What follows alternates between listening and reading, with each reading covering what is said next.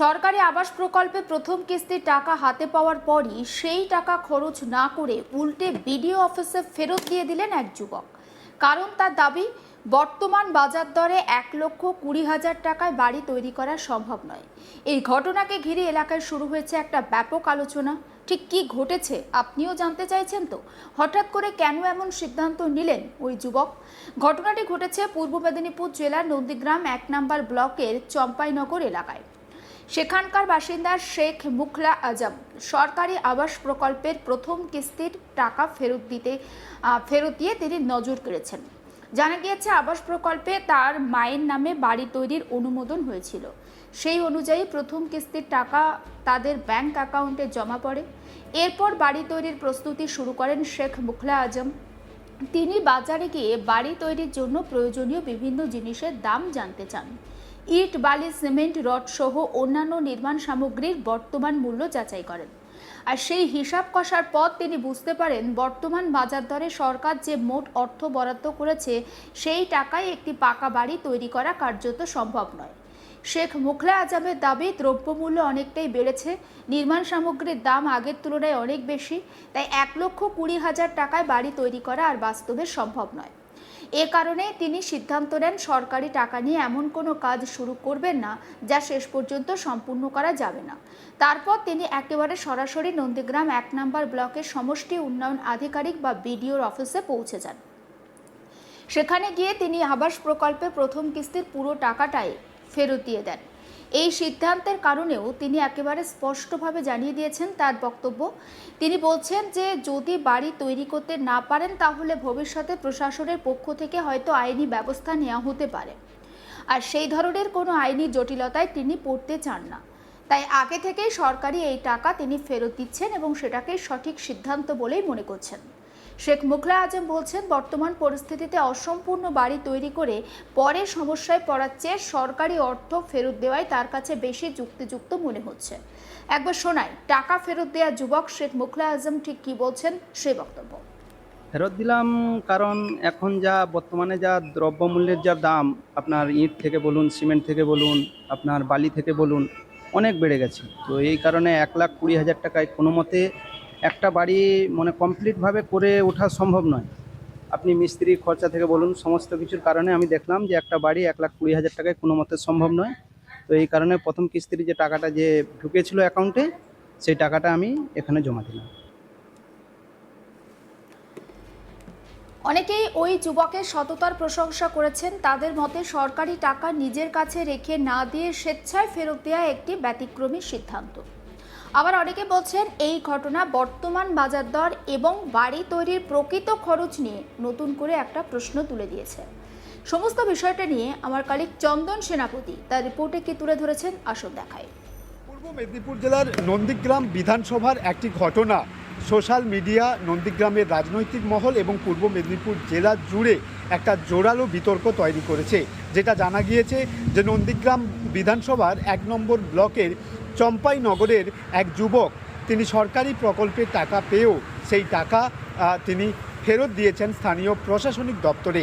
নন্দীগ্রাম বিধানসভার 1 নম্বর ব্লকের চম্পাইনগর, এই গ্রামেই বাস করতেন শেখ মুখলা আজম নামে এক ব্যক্তি। বিগত কয়েকদিন আগেই কিন্তু তিনি স্থানীয় প্রশাসনিক দপ্তরে আবাস যোজনার বাড়ির জন্য মায়ের নাম করে সেখানে আবেদন করেছিলেন এবং সেই আবেদনের পর যথারীতি তিনি যোগ্য ব্যক্তি হিসাবে নির্বাচিত হন এবং সেখানেই তার সরকারি আবাস যোজনার প্রদেয় টাকার প্রথম কিস্তির টাকা তার অ্যাকাউন্টে দেওয়া হয়। কিন্তু কয়েকদিনের মধ্যেই এই যুবক অর্থাৎ মুখলে আজম তিনি সেই আবাস যোজনার প্রথম কিস্তির টাকা পেয়ে স্থানীয় প্রশাসনিক ভবন অর্থাৎ বিডিওর কাছে সেই টাকা ফেরত দিয়ে দেন। কেন এই যুবক বিডিওর কাছে টাকা ফেরত দিচ্ছেন? আমরা জানি যে বিগত কয়েক বছর ধরে আবাস যোজনার বাড়ি পাওয়ার জন্য বিভিন্ন প্রান্তিক গ্রামীণ মানুষ তারা সরকারি দপ্তরের চক্কর কাটছেন, সেখানে গিয়ে অ্যাপ্লিকেশন করছেন এবং এই আবাস যোজনার আওতায় আসার চেষ্টা করছেন। কিন্তু নন্দীগ্রামের এই যুবক আবাস যোজনার আওতায় এসেও প্রথম কিস্তির টাকা ফেরত দিয়ে দিয়েছেন।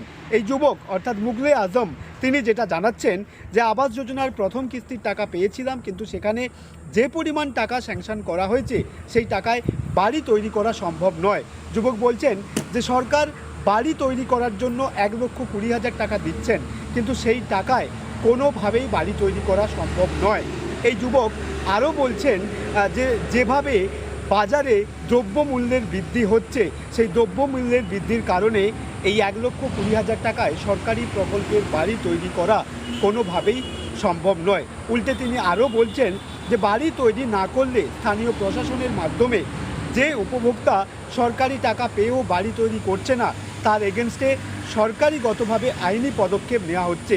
সুতরাং আইনি জটিলতা থেকেও মুক্তি পাওয়ার জন্য তিনি কার্যত এই টাকা স্থানীয় বিডিও অফিসে ফেরত দিচ্ছেন।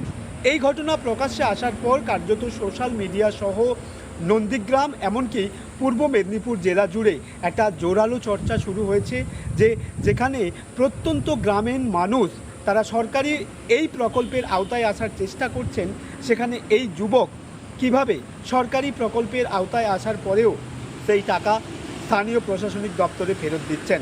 যুবকের বক্তব্য যে তিনি এই প্রথম কিস্তির টাকা পাওয়ার পর তিনি কনস্ট্রাকশন ম্যাটেরিয়ালস দোকানে গিয়েছিলেন, সেখানে গিয়ে এস্টিমেটও তৈরি করেছিলেন, কিন্তু সেই এস্টিমেটে যে পরিমাণ টাকা এই আবাস যোজনার বাড়ি তৈরির জন্য খরচ, সেই পরিমাণ টাকা দেওয়া হচ্ছে না সরকারিগতভাবে। 1,20,000 টাকায় কোনোভাবে সেই বাড়ি তৈরি করা সম্ভব নয় বলেও জানিয়েছেন এই যুবক, এবং এই কারণেই তিনি সরকারি প্রকল্পের টাকা পেয়েও স্থানীয় প্রশাসনিক দপ্তরে সেই টাকা ফেরত দিয়েছেন। এই ঘটনা প্রকাশ্যে আসার পর কার্যত নন্দীগ্রাম জুড়ে একটা জোরালো চর্চা শুরু হয়েছে। সব মিলিয়ে নন্দীগ্রামের এই ঘটনা এখন চর্চার কেন্দ্রবিন্দুতে। সরকারি আবাস প্রকল্পের টাকা হাতে পাওয়ার পর তা ফেরত দেওয়ার ঘটনা খুব একটা দেখা যায় না, আর সে কারণেই শেখ মুখলা আজম এই সিদ্ধান্ত নিয়েছেন এবং তার সিদ্ধান্ত অনেকের নজর কেড়েছে। দেখুন, রাজ্য সরকারের যে আবাস যোজনা প্রকল্প, সেই প্রকল্পে কিন্তু 1,20,000 টাকায় বা প্রথম কিস্তির টাকা পেয়েছিলেন মুখলা আজম, নন্দীগ্রাম সেখানকার একজন যুবক। তার মায়ের নামে এই টাকাটা এসেছিল, কিন্তু এই টাকা পাওয়ার পর মুখলা আজম সে বাজারে যায় এবং বাড়ি তৈরি করতে গেলে যে সমস্ত কনস্ট্রাকশনের জিনিসপত্র প্রয়োজন সেগুলো সব সে যাচাই করে। সব কিছু যাচাই করার পর সে বুঝতে পারে যে এই 1,20,000 টাকায় বর্তমানে যা ঊর্ধ্বমুখী বাজার মূল্য, সেখানে কোনোভাবে একটা বাড়ি তৈরি করে সেটাকে পুরোপুরি সম্পূর্ণ করা সম্ভব নয়। তখন সে সিদ্ধান্ত নেয় যে এই টাকাটা সে ফিরিয়ে দেবে, এবং তার জন্য সে ব্লক আধিকারিকের যে দপ্তর রয়েছে সেখানে এসে সেই টাকা ফিরিয়ে দেওয়ার সিদ্ধান্ত নেয়। পরে যখন তাকে প্রশ্ন করা হয় কেন সে এই টাকাটা ফেরত দিচ্ছে, তখন সে সাফ জানিয়ে দেয় কোনো কাজ সম্পূর্ণ শেষ না করাটা তার পছন্দ নয়, কারণ সে কাজ শুরু করে সেটা যদি শেষ নাই করতে পারে তাহলে সেই কাজ শুরু করার কোনো মানে তার কাছে নেই। সমস্ত আপডেট পৌঁছে দেবো আপনাদের কাছে, নজর রাখুন আজ তাক বাংলা, সাবস্ক্রাইব করতে ভুলবেন না।